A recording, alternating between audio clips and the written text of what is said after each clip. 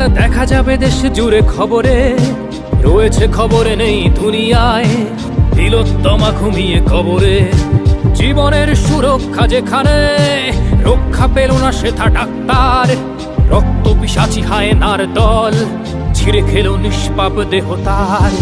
এই বুঝি বাংলা, এই বুঝি দেশ আমার, যার জয়গান গাও। আর কত অভয়া, আর কত নির্ভয়া, আর কত রক্ত চাও। পাপি করে ধর্ষণ, দেশ করে দর্শন, কর্তৃপক্ষ কিছু কয় না।